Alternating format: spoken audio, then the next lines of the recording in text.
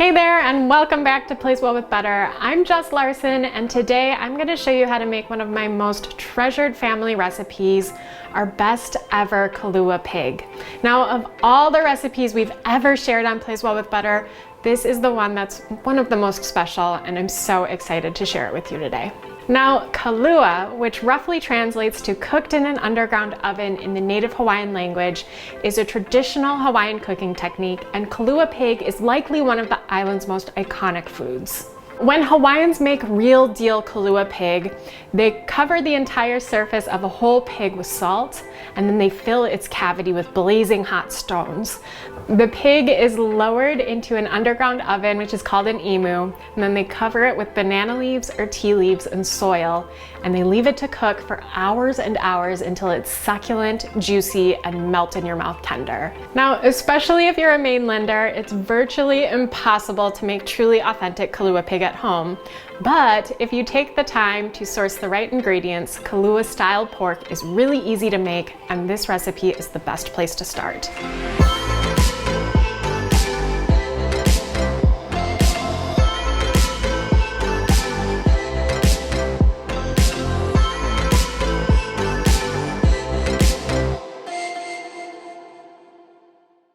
So to me, kalua pig is more than a meal. It's a dish that's central to some of the best memories of my life. Chris and I even served it at a luau that we hosted shortly before we were married. Kalua pig embodies love, family, togetherness, and the generous Hawaiian spirit of aloha. And this is a recipe my mom and I tested and retested again to make sure it was perfect before we shared it with you. And it turns out perfectly every single time. I'm pretty sure you're gonna love it just as much as we do. So the first thing we're gonna do is prep our pork. And traditionally, like I mentioned, kalua pork is made with the whole hog, but at home, I like to use pork shoulder, which is also called pork butt or Boston butt, depending where you live. And I have a nice pork shoulder roast here, boneless, that I'm just gonna cut into a few big pieces. I like using pork shoulder because it is a really succulent and juicy cut with a lot of bold flavor. And when you cook it slowly, it just becomes meltingly tender, just like real deal kalua pig. So I like to start my kalua pig with a couple of completely untraditional steps, but I like them because they add flavor. So I have my pork shoulder cut into a few large pieces to facilitate a quicker cook time. And I'm just taking a paring knife and piercing each piece in a few different places all the way through to create little pockets throughout the meat. We're going to stud the pork with some garlic. Again, completely not traditional, but garlic makes everything taste better if you ask me. And what the garlic does here is it infuses that pork with flavor from the inside out as it slowly cooks, and it's absolutely delicious. So just get in there and press the garlic on in. And you want to make sure that each pork has a few different cloves of garlic. So I've got my pork all studded with garlic for flavor, and now our second flavor building step, again, completely untraditional, but I'm gonna take this to the stovetop and brown it off. Browning the pork on the stovetop facilitates what's called the Maillard reaction, which is a fancy culinary term for the fact that browning the meat really develops and enriches its flavor. So this is a step that, again, completely untraditional, but I don't like to skip it because it results in big flavor. We're gonna brown this 4 to 5 minutes per side or until it's deeply golden brown. Our pork shoulder is beautifully browned, and now we can start building that kalua-like flavor. So the first thing we're gonna do is we're gonna set out a layer of banana leaves. Now, real kalua pork is wrapped in Hawaiian tea leaves or banana leaves before it's submerged into the underground oven. And real Hawaiian tea leaves are really hard to come by here in Minnesota, but you can find banana leaves, they look like this, in the freezer section of any well-stocked Asian grocery store. And what I'm gonna do, since it's so big, is I'm just gonna cut it into a few big sections.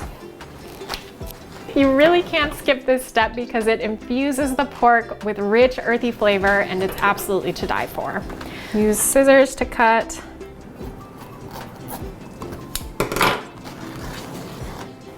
Kind of arrange them on top of each other so there are no seams in the center. We're gonna wrap up the sides over the pork.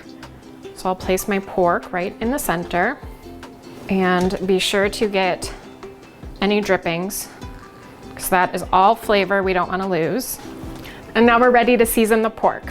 So as far as seasoning goes, we're going to use generous amounts of Hawaiian sea salt and liquid smoke.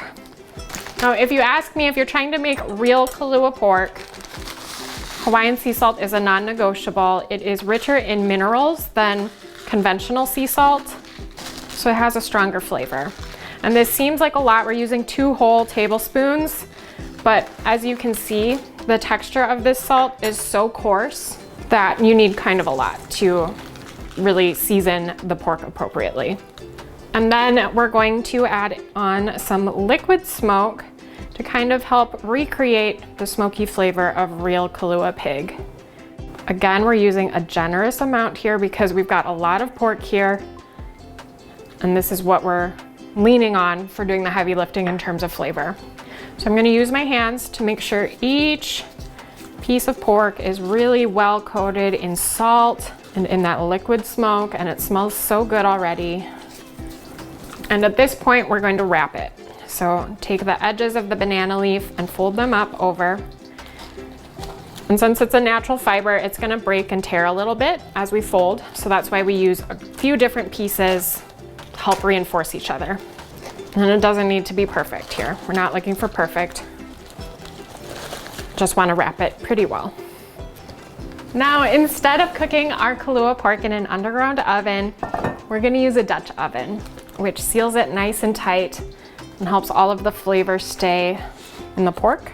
So transfer your banana leaf wrapped pork right into the Dutch oven. You want the seam side kind of facing down so everything is nice and snug in there. And then the last thing we're gonna add is just a little bit of chicken stock. You can also use water or broth, whatever you happen to have on hand. And this helps braise the pork so it cooks really slowly and stays super tender. And then we're gonna let the oven do the rest of the work. Pop it in a 325-degree oven. It cooks until it is fall apart tender, which takes about 2.5 to 3 hours. But if you wanna use something like a slow cooker or an Instant Pot to help quicken the time, you definitely can, and we have those instructions in the full blog post. Our kalua pork has been in the oven for a couple of hours. My kitchen smells heavenly. It should be fall apart tender, and now it's for the fun part. We get to kind of unwrap this like a present. So just pull back those layers of banana leaf. Beautiful. And yeah, I mean, I just put my tongue in here and pulled, and you can already see it pulling apart so easily. So this is kind of hard to even take out of here because it's so tender at this point. But what I like to do is I like to transfer it to a big bowl and shred it into bite-sized pieces. And that's exactly what you want with pork shoulder. Pork shoulder is the kind of thing where if you're wondering whether or not it's done, it's probably not done, because when it is done perfectly, it just really falls apart like this. You'll see the little pockets of garlic in there. It's kind of roasted, so it sort of just melts right into the pork as you shred it apart. Leave it as big and chunky or shred it as finely as you like.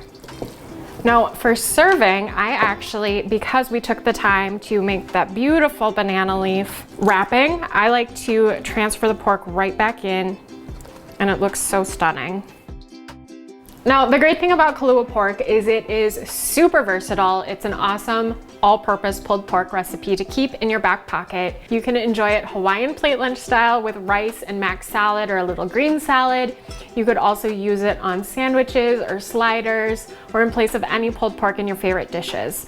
And as you can see, this recipe yields a pretty large batch, so it's great to keep in your back pocket whenever you want to impress friends or family that happen to be coming over for dinner. But it's also a great freezer staple, so keep your freezer stocked for an easy meal down the road. The most traditional and my personal favorite way to enjoy kalua pork is kalua pork and cabbage. So what we have here is just sauteed cabbage with a little bit of onion, really simple.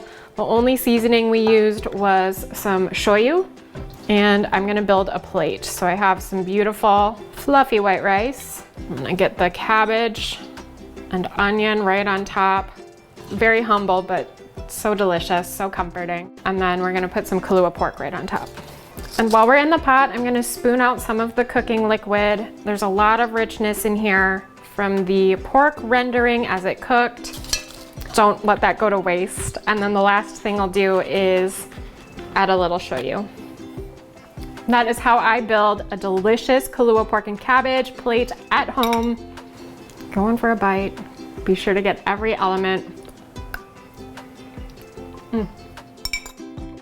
That pork is smoky and melt in your mouth tender. That's exactly what we were after. But what really sets this recipe apart is the beautiful earthy flavor that you get from the banana leaves. This reminds me of Hawaii. It is so comforting and so good. And with the slight bitterness of the cabbage, it's just really the perfect dish.